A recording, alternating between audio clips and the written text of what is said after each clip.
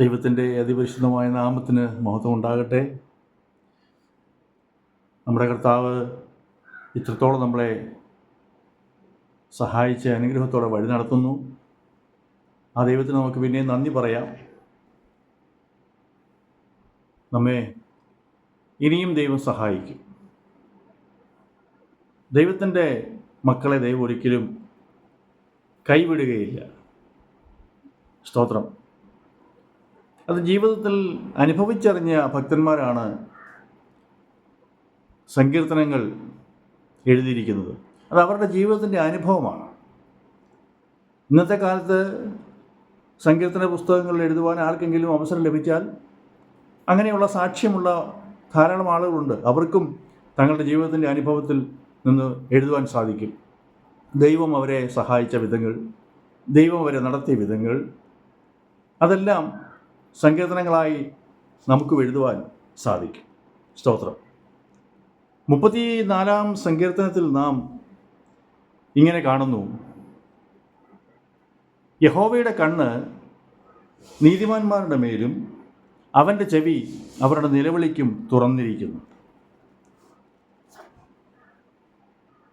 മനുഷ്യനെ ഇത്ര ശ്രദ്ധിച്ചു നോക്കേണ്ട കാര്യം എന്താണ്? ദൈവത്തിന് അതിൻ്റെ ആവശ്യമുണ്ടോ? നമ്മുടെ ചലനങ്ങളും നമ്മുടെ ഓരോ പ്രവൃത്തികളും നമ്മുടെ എല്ലാ ചിന്തകളും അപ്പോൾ തന്നെ ദൈവം അറിയുന്നുവെന്ന് വേദപുസ്തകം ധ്യാനിക്കുന്നവർക്ക്, ദൈവവചനത്തോട് അടുത്തിരിക്കുന്നവർക്ക് വിവരങ്ങൾ അറിയാം. അതൊരു സത്യമാണ്. കാരണം നമ്മെ സൃഷ്ടിച്ച് ഈ ഭൂമിയിലേക്ക് ആക്കിയിരിക്കുന്ന ദൈവം നമ്മെ നിരീക്ഷിക്കുവാൻ എല്ലാ സംവിധാനങ്ങളും ഒരുക്കിയിട്ടുണ്ട്. ഒരു വീട്ടിൽ സ്ഥാപിച്ചിരിക്കുന്ന CCTV ക്യാമറകൾ എങ്ങനെയാണോ അതിൻ്റെ ദൗത്യം നിറവേറ്റുന്നത് എന്നതുപോലെ ദൈവത്തിൻ്റെ ക്യാമറകൾ, ദൈവത്തിൻ്റെ കണ്ണുകൾ സകല മനുഷ്യരുടെയും പ്രവൃത്തികൾ അപ്പോൾ ഒപ്പിയെടുത്തുകൊണ്ടിരിക്കുകയാണ്.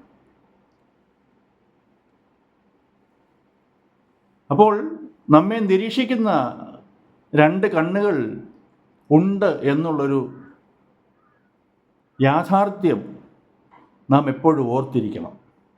ഏത് പ്രവൃത്തി ചെയ്യുമ്പോഴും 2 കണ്ണുകൾ എന്നെ കാണുന്നുണ്ട് എന്ന് നാം അറിഞ്ഞിരിക്കണം. സ്തോത്രം.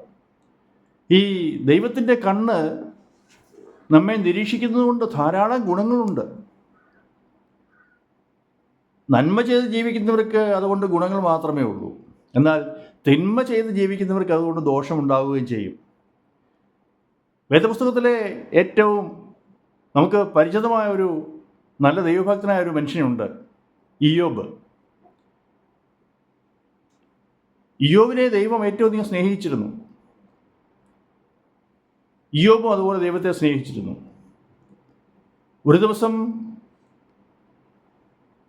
സാത്താൻ ദേശം മുഴുവൻ ഊടാടി സഞ്ചരിക്കുമ്പോൾ ഇയ്യോബിൻ്റെ ഭവനത്തിന്മേലും ഇയ്യോബിന്മേലും ദൃഷ്ടി വയ്ക്കുവാനിടയായി.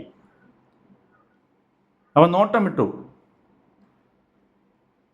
ഇയ്യോബിൻ്റെ മേൽ ദൃഷ്ടി വെച്ച് എങ്ങനെയും അവനെ അപകടപ്പെടുത്താമോ എന്ന്, അല്ലെങ്കിൽ എന്തെങ്കിലും ദോഷം വരുത്താൻ കഴിയുമോ എന്ന് ഇയ്യോബിൻ്റെ ജീവിതത്തിലേക്ക് സാത്താൻ ഒന്ന് ചികഞ്ഞു നോക്കി.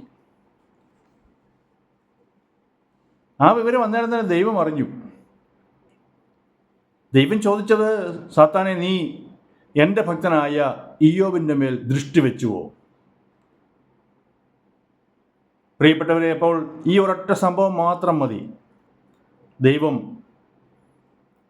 നമ്മയെല്ലാം കണ്ടുകൊണ്ടിരിക്കുകയാണ് എന്നുള്ളത് നമുക്ക് ഉറപ്പ് വരുത്തുവാൻ. സ്തോത്രം. ദൈവത്തിൻ്റെ മക്കളെ കരുതുന്നതും അവർക്ക് വേണ്ടി എല്ലാം യഥാസമയം നൽകി കൊടുക്കുന്നതും ദൈവത്തിൻ്റെ ഉത്തരവാദിത്തമാണ്. അതേ സങ്കീർത്തനത്തിൽ 34 സങ്കീർത്തനത്തിൽ 5-ാമത്തെ വാക്യത്തിൽ സങ്കീർത്തനക്കാരൻ ഇങ്ങനെ പറയുന്നു: യഹോവ നല്ലവനെന്ന് രുചിച്ചറിയുവീൻ. അവനെ ശരണം പ്രാപിക്കുന്ന മനുഷ്യൻ ഭാഗ്യവാൻ എന്ന് പറഞ്ഞാൽ, ദൈവം നല്ലവനാണെന്ന് നാം നമ്മുടെ ജീവിതത്തിൻ്റെ അനുഭവം കൊണ്ട് തിരിച്ചറിയണം, അത് അനുഭവിച്ചറിയണം. വേറൊരാൾ ദൈവത്തെക്കുറിച്ച് നല്ലത് പറഞ്ഞാൽ അത് ആ വ്യക്തിയുടെ അനുഭവമാണ്. നമുക്ക് ദൈവത്തെക്കുറിച്ചൊരു നല്ല കാര്യം പറയണമെങ്കിൽ നാം അത് അനുഭവിച്ചറിയണം. അതെ, എനിക്കും ഈ ദൈവത്തോട് അടുത്ത് ചെന്നിട്ട് ഈ ദൈവത്തിൻ്റെ ഗുണഗണങ്ങളെ ഒന്ന് മനസ്സിലാക്കുവാൻ, ഈ ദൈവം എങ്ങനെ ഒരു ഭക്തനെ സഹായിക്കുമെന്ന് മനസ്സിലാക്കുവാൻ എനിക്കും ഒരനുഭവം വേണമെന്ന് പറഞ്ഞുകൊണ്ട് ദൈവത്തോട് അടുത്ത് ചെന്നാൽ നിശ്ചയമായും ഹല്ലേലൂയ, യഹോവ നല്ലവനെന്ന്, ദൈവം നല്ലവനെന്ന് നമുക്കും പറയുവാൻ സാധിക്കും. അവിടെ സങ്കീർത്തനക്കാരൻ വേറൊരു അനുഭവം കൂടെ അവിടെ എഴുതുന്നുണ്ട്. കാട്ടിലെ രാജാവാണ് സിംഹം. സിംഹത്തിന് പോലും ചില സമയത്ത് ആഗ്രഹിക്കുന്ന തരത്തിൽ അതിൻ്റെ വിശപ്പടക്കാൻ ഇരയെ കിട്ടാതിരിക്കുമ്പോൾ, അവ വിശന്നിരിക്കുന്ന സന്ദർഭത്തിൽ അവയ്ക്ക് ചില സമയത്ത് പരാജയം സംഭവിക്കും. എത്ര ശ്രമിച്ചിട്ടും ഇര കിട്ടാതിരിക്കും. ബാലസിംഹങ്ങളും ഇര കിട്ടാതെ വിശന്നിരിക്കുകയാണെങ്കിലും യഹോവയെ അന്വേഷിക്കുന്ന തൻ്റെ മക്കൾക്ക് യാതൊരു കുറവും വരികയില്ല എന്ന് വളരെ ഉറപ്പായി സങ്കീർത്തനക്കാരൻ പറയുന്നു. അത് തൻ്റെയും ജീവിതത്തിൻ്റെ അനുഭവമാണ്. പ്രിയപ്പെട്ടവരെ, ദൈവത്തെ വിശ്വസിച്ചിറങ്ങി പുറപ്പെട്ടിട്ട് നമ്മുടെ ജീവിതത്തിൽ ദോഷം സംഭവിച്ചാൽ അത് ദൈവനാമത്തിന് അപമാനമാണ്. നാം വിശ്വസ്തയോടെ ദൈവത്തെ സേവിക്കുന്നുവെങ്കിൽ, ദൈവത്തിൻ്റെ വചനത്തിൻ്റെ അടിസ്ഥാനത്തിൽ നാം ജീവിതത്തെ ക്രമീകരിച്ച് മുമ്പോട്ട് പോകുന്നുവെങ്കിൽ, നമ്മെക്കുറിച്ചുള്ള ഉത്തരവാദിത്വം പൂർണ്ണമായും ദൈവത്തിനുള്ളതാണ്. അങ്ങനെയുള്ളൊരു ഭക്തന് ദോഷം സംഭവിച്ചാൽ അത് ദൈവത്തിന് തന്നെ ബുദ്ധിമുട്ടുണ്ടാക്കുന്ന കാര്യമാണ്. അതൊരിക്കലും സംഭവിക്കുകയില്ല.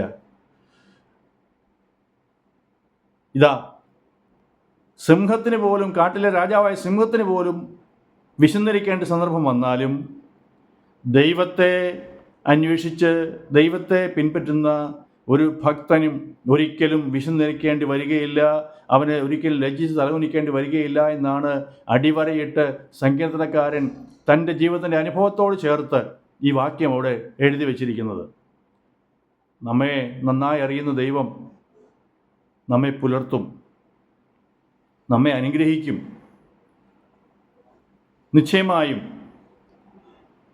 പൂർണ്ണ ഹൃദയത്തോടുകൂടി ദൈവത്തെ ഒന്ന് സേവിച്ച് നോക്കുക. എങ്കിൽ ഈ ദിവസങ്ങളിൽ തന്നെ ഒരു വലിയ നല്ല സാക്ഷ്യം പറയുവാൻ നിങ്ങൾക്കും ഇടയാകും. ദൈവഭക്തന്മാർ അവരുടെ ജീവിതത്തിൻ്റെ അനുഭവത്തിൻ്റെ സാക്ഷ്യം പറഞ്ഞിരിക്കുന്നുവെങ്കിൽ എല്ലാവർക്കും, ദൈവത്തെ സ്നേഹിക്കുന്ന ഏവർക്കും സാക്ഷ്യങ്ങൾ പ്രസ്താവിക്കുവാൻ ഈ ദിവസങ്ങളിൽ ദൈവം അവസരമൊരുക്കും. അതുകൊണ്ട് യഹോവ നല്ലവനെന്ന് ഒന്ന് രുചിച്ചറിയുക. എങ്ങനെ നമ്മെ ദൈവം വഴി നടത്തുമെന്ന് ഒന്ന് അനുഭവിച്ചറിയുക. ഈ ദിവസങ്ങളിൽ അങ്ങനെയൊരു നല്ല അനുഭവം എല്ലാവരുടെ ജീവിതത്തിൽ ഉണ്ടാകുവാൻ ഞങ്ങളും പ്രാർത്ഥിക്കുന്നു. കരിസ്മ പ്രയർ മിനിസ്ട്രിയുടെ എല്ലാ പ്രാർത്ഥനയും പ്രിയപ്പെട്ടവരായ നിങ്ങളോടൊപ്പം ഉണ്ട്. ദൈവം നിങ്ങളെ ധാരാളം അനുഗ്രഹിക്കട്ടെ. God bless you. Thank you. ഈ വചനം നിങ്ങളുടെ ജീവിതത്തിൽ ഒരു അനുഗ്രഹമായി തീർന്നുവെന്ന് ഞങ്ങൾക്ക് ഉറപ്പുണ്ട്. God bless you. Thank you.